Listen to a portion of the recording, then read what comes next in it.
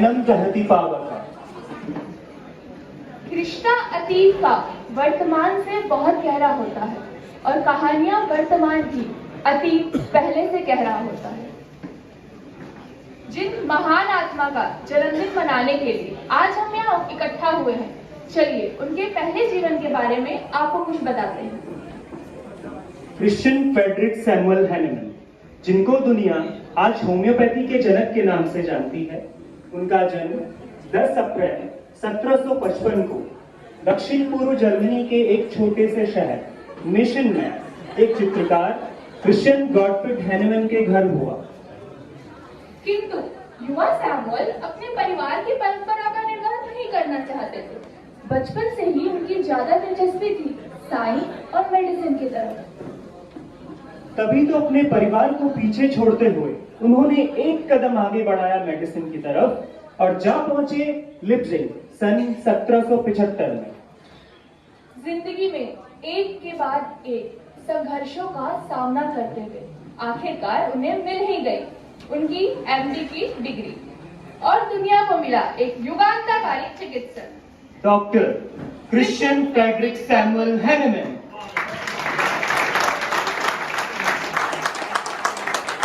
अगला देश Vienna. Hahnemann की मुलाकात द ब्रदर्स ऑफ मर्सी अस्पताल के एक वरिष्ठ चिकित्सक डॉक्टर क्यूरेन से। हेलो हैनीमैन, आपका स्वागत है। बहुत बहुत धन्यवाद। और मैं आपसे बहुत ज्यादा प्रभावित हूँ और यही नहीं, मैं आपसे बहुत ज्यादा प्रेरित भी हूँ। बहुत बहुत धन्यवाद आपका। अब ये देखना था कि ये प्रेरणा हैनेमन के जीवन को किस दिशा में लेकर जाती है। अगला दृश्य सन 1780। डॉक्टर हैनेमन के मेडिकल प्रैक्टिस की शुरुआत हेडस्टेड शहर से डॉक्टर रेजर के साथ।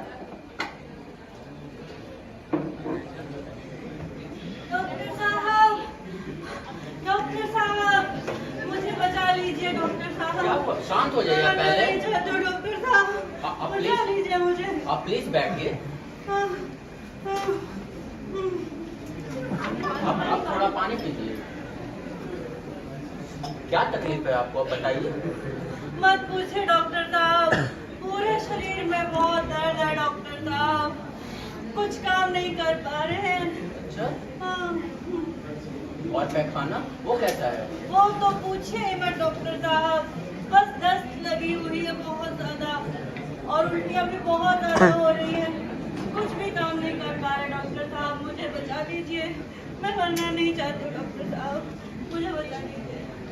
सैमुअल, इतना क्या सुन रहे हो? कोलेरा का केस है, वेनिसेक्शन कर दो।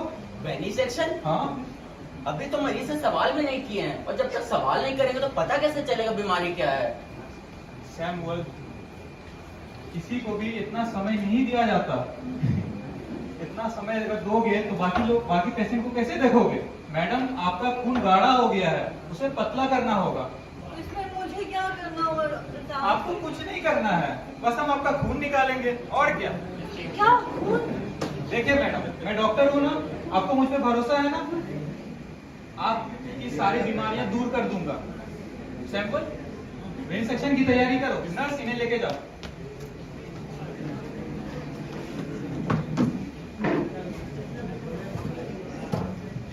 सर, वेनिसेक्शन, इससे मरीज कमजोर नहीं हो जाएगा?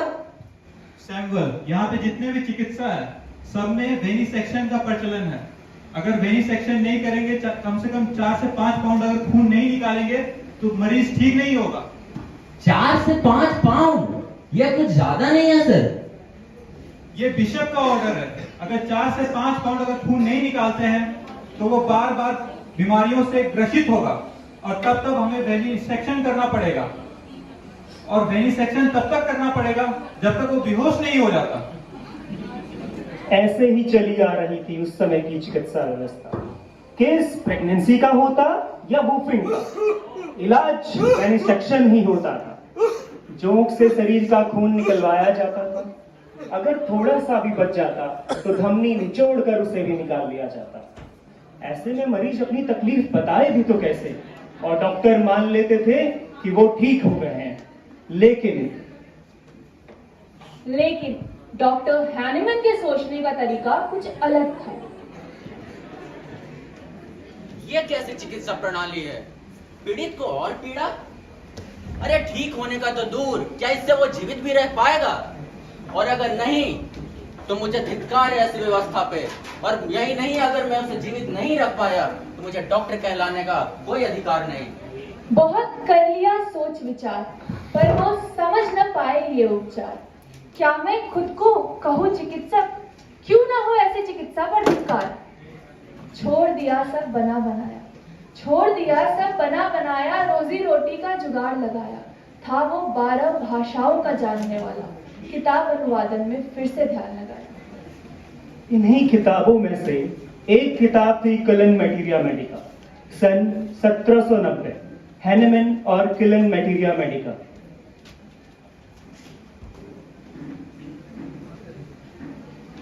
ये क्या? सिनकोना जो मलेरिया ठीक कर सकता है, वो उसकी कड़वाहट और पेट में टॉनिक इफेक्ट की वजह से? पर कड़वाहट तो और भी बहुत सी चीजों में है, तो क्या उनसे भी मलेरिया ठीक किया जा सकता है? ये जिज्ञासा ही थी जिसने मास्टर हैनेमैन को प्रेरित किया सिनकोना का प्रयोग करने के लिए खुद के ऊपर। रोज दिन में 2 बार करके 4 ड्राम सिनकोना बार का रस पीना उन्होंने शुरू किया, और कुछ ही दिनों में उनके शरीर पर इसके लक्षण दिखने भी शुरू हो गए थे। अचंभित हो गए डॉक्टर हैनेमैन। वो जानते थे कि प्रकृति में ऐसा कुछ तो है जो मरीज को भीतर से ठीक कर सकता है, पर वो ऐसे ये सोचकर ही वो स्तंभित हो गए, और अपने निर्णय की पुष्टि करने के लिए उन्होंने शोध का सहारा लिया। अपने आसपास के लोगों पर सिनकोना बार का प्रयोग किया, एक एक कर सिम्टम नोट किए, और आखिरकार उन्हें परिणाम वही मिला जो वो सोच रहे थे। और गहरी चिंतन के बाद वो इस नतीजे पर पहुंचे। जो चीज एक स्वस्थ बीमार व्यक्ति में लक्षण ला सकती है, वही लक्षण अगर किसी बीमार व्यक्ति में दिखे तो वही चीज उसे ठीक भी कर सकती है। वाह!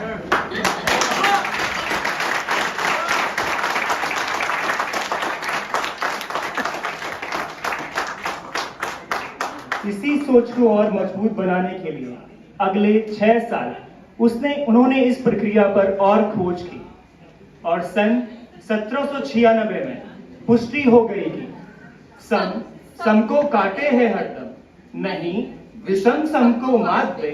उपचार वही जो अंदर आधारे, वह नहीं जो बाहर आघात दे। और इसी से उत्पत्ति हुई एक नई चिकित्सा पद्धति जिसका नाम था होम्योपैथी, और दुनिया के सामने मिस्र के सैमुअल बन गए master doctor Christian Friedrich Samuel Hahnemann.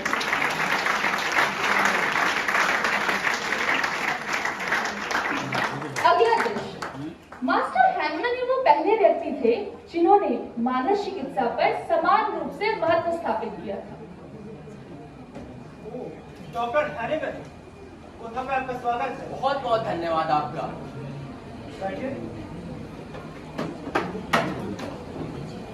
आपके बारे में ही बात हो रहा था। सुना है आपकी चिकित्सा बाकियों से कुछ अलग ही है। हाँ, बाकी जो कर रहे हैं उससे मैं संतुष्ट नहीं हूँ। यहाँ तक कि मुझे ये भी लगता है कि उसका भविष्य अनिश्चित है, इसलिए मैं इस विषय में और शोध करना चाहता हूँ। तो यहाँ पर ही कीजिए ना। आपको जो भी कुछ करना है आप मेरे इस हंटिंग कसर में ही कर सकते हैं। अगर मैं यहाँ मानसिक रोगियों का इलाज आपके इस स्थान पर करूँ तो आपको कोई तकलीफ तो नहीं होगी? अरे अरे अरे नहीं, कोई भी दिक्कत नहीं होगी। आपको जगह चाहिए ना मानसिक अस्पताल बनाने के लिए, तो आप यहाँ पर ही कर सकते हैं। बहुत बहुत धन्यवाद आपका। अच्छा ठीक है, आप बैठिए, हम आते हैं। जी बहुत बहुत धन्यवाद। ड्यूक से अनुमति मिलते ही सन 1792 में मास्टर ने गोथा में दिमागी मरीजों का इलाज करना शुरू किया। सब कुछ सही चल रहा था। ऐसे में एक दिन क्लोकिनब्रिंग नाम के एक मरीज उनके पास आए।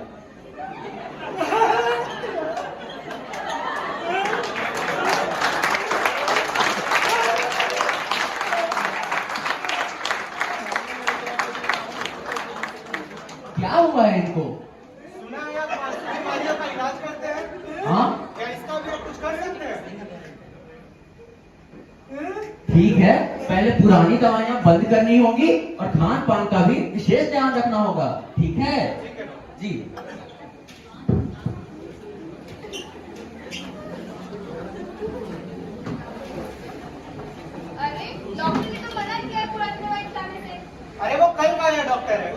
नहीं आता। लेकिन मरीज के रिश्तेदारों ने उनकी बात नहीं मानी और पेशेंट की हालत बिगड़ने लगी और आखिरकार उसकी मृत्यु हो गई।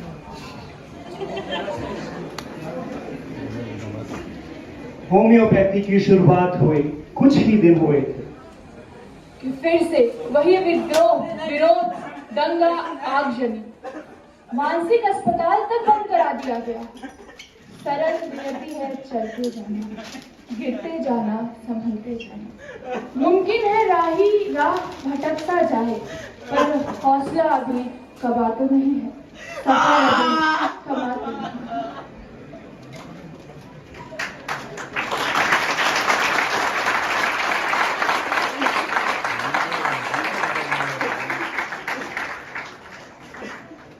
An essay on new principle for ascertaining the curative power of drugs and some examination of the previous principles.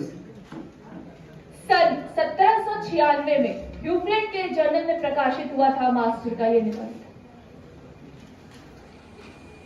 इसका भी खूब विरोध हुआ, खूब हुई आलोचना, पर बढ़ते ही जा रहे थे हैनेमैन, मुश्किल था उनको रोकना। और फिर मास्टर हैनीमैन का संघर्ष, 15 साल का अथक परिश्रम, 15 साल का अथक परिश्रम, यातना ऐसी जो तोड़ दे हर क्षण।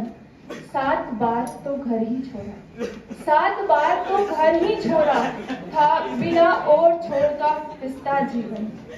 कठोर नियति की कुटिल सी चालें, थे खुद बिखरे कैसे परिवार संभाले।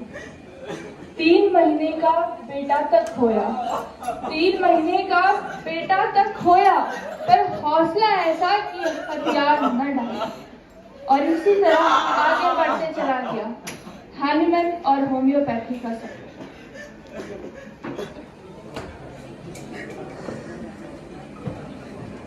अगले कुछ साल ऐसे ही बीते और फिर सन 1810 जब प्रकाशित हुआ मास्टर हैनीमैन की जिंदगी का सबसे महत्वपूर्ण काम, ऑर्गेनॉन ऑफ रैशनल मेडिसिन का पहला संस्करण, और इसके बाद शुरू हुई उनके जीवन की वो भयानक लड़ाई। किताबें जला दी गई ऑर्गेनॉन की, किताबें जला दी गई ऑर्गेनॉन की, दफना दिया गया वो दवाई का बक्सा। उस पद्धति पर तो लाख सवाल उठे। हैनीमैन का निजी जीवन भी किसी ने नहीं बख्शा। उन्हें शहर तक छोड़ने पे मजबूर कर दिया गया, उन्हें शहर तक छोड़ने पे मजबूर कर दिया गया, पढ़ने पढ़ाने से उन्हें दूर कर दिया गया।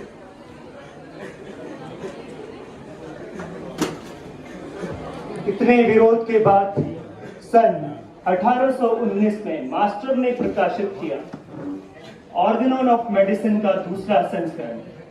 इसकी प्रस्तावना में उन्होंने कहा,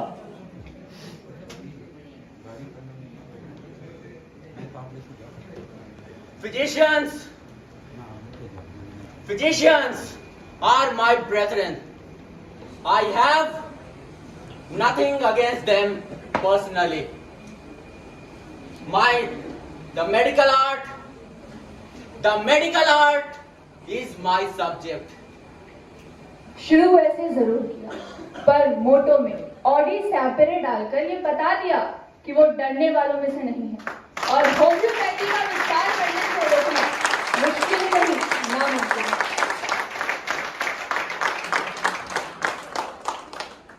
सन 1824 ह्यूफ्लेन के द्वारा होम्योपैथी की आलोचना। Homeopathy can remove the symptom, but the disease remains.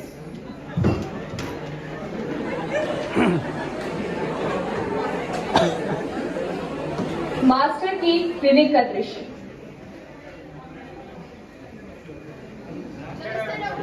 नमस्ते। अच्छा, आप कैसे हैं? डॉक्टर साहब, जब तक मैं दवाई खा रहा था तब तक तो मेरी सारी बीमारियां ठीक थी, लेकिन जैसे ही मैंने दवाई खानी छोड़ी है, सारे लक्षण और सारी बीमारियां मुझे वापस से दिखने लगी। हाँ डॉक्टर साहब, मेरे साथ भी यही हो रहा है। अच्छा, ऐसे केसेस ने मास्टर को फिर से सोचने पर मजबूर कर दिया। 1816 से 1828 तक 12 साल लगातार अविश्वसनीय प्रयास के बाद उनको मिला क्रॉनिक मायज्म का तत्व। फिर 1829 में उन्होंने अपने ऑर्गेनन ऑफ मेडिसिन के चौथे संस्करण में थ्योरी ऑफ क्रॉनिक डिजीज को भी जोड़ दिया। अगला दृश्य, मैडम जोहाना की मृत्यु का दृश्य। जीवन फिर एक बार बिखर गया, जीवन फिर एक बार बिखर गया, था जो नींव वो किधर गया। 48 बरस का दामन छूटा, 48 बरस का दामन छूटा, मानो जान तो बची पर जीवन। बिखर गई वो निशा प्यार की, बिखर गई वो निशा प्यार की, उजड़ गई सब यादें यार। बेटियां आई लाख संभाली, बेटियां आई लाख संभाली, पर मैडम जोहाना थी उनके जीवन का सार।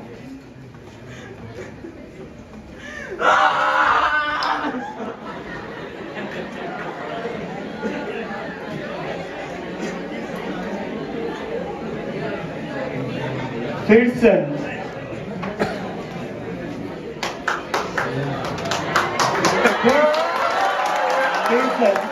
1834 में मैडम मैरी मेलिनी उनके पास आई अपनी त्वचा की बीमारी का इलाज कराना। इतनी प्रतिभावान महिला से मिलकर, इतनी प्रतिभावान महिला से मिलकर मास्टर को फिर से अपनी जिंदगी में खुशियों की झलक दिखी और सन 1835 में उन्होंने अपनी दूसरी शादी करी मैडम मैरी मेलिनी से।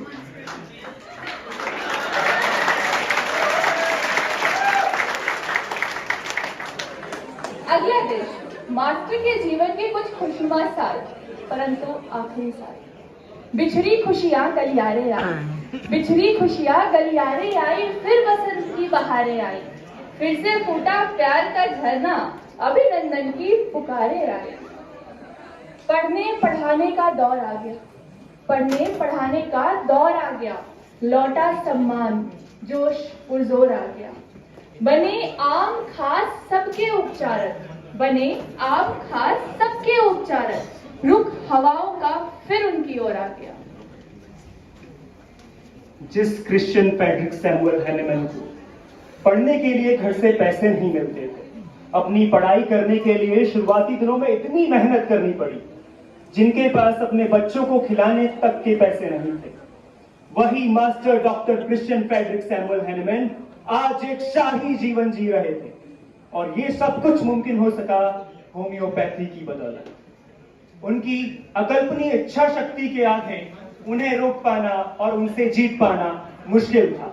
इतनी सारी मुश्किलों का सामना करते हुए भी उन्होंने एक नई चिकित्सा व्यवस्था की शुरुआत करी, होम्योपैथी। ये जो सिलसिला है सवालों जवाबों का, ये मोहताज नहीं है सिर्फ किताबों का। ये जो सिलसिला है सवालों जवाबों का, ये मोहताज नहीं है सिर्फ किताबों का।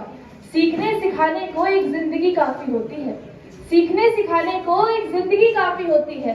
यूं ही चलन नहीं है गुरु शिष्य के रिवाजों का। और इसी तरह होम्योपैथी की श्रृंखला में जुड़ते चले गए लोग। Doctor Emmett Tyler, doctor JT Kent, doctor Stuart Close, doctor बोनिंग हसन और न जाने कितने ही लोग, और ये कारवां बढ़ता ही चला गया। होम्योपैथी की जली मशाल बुझ जाएगी, ये भ्रम न पालो, और अगर कोई चाहे उसे बुझाना तो तुम्हें शपथ है जला के रखना। NIH वालों, NIH वालों।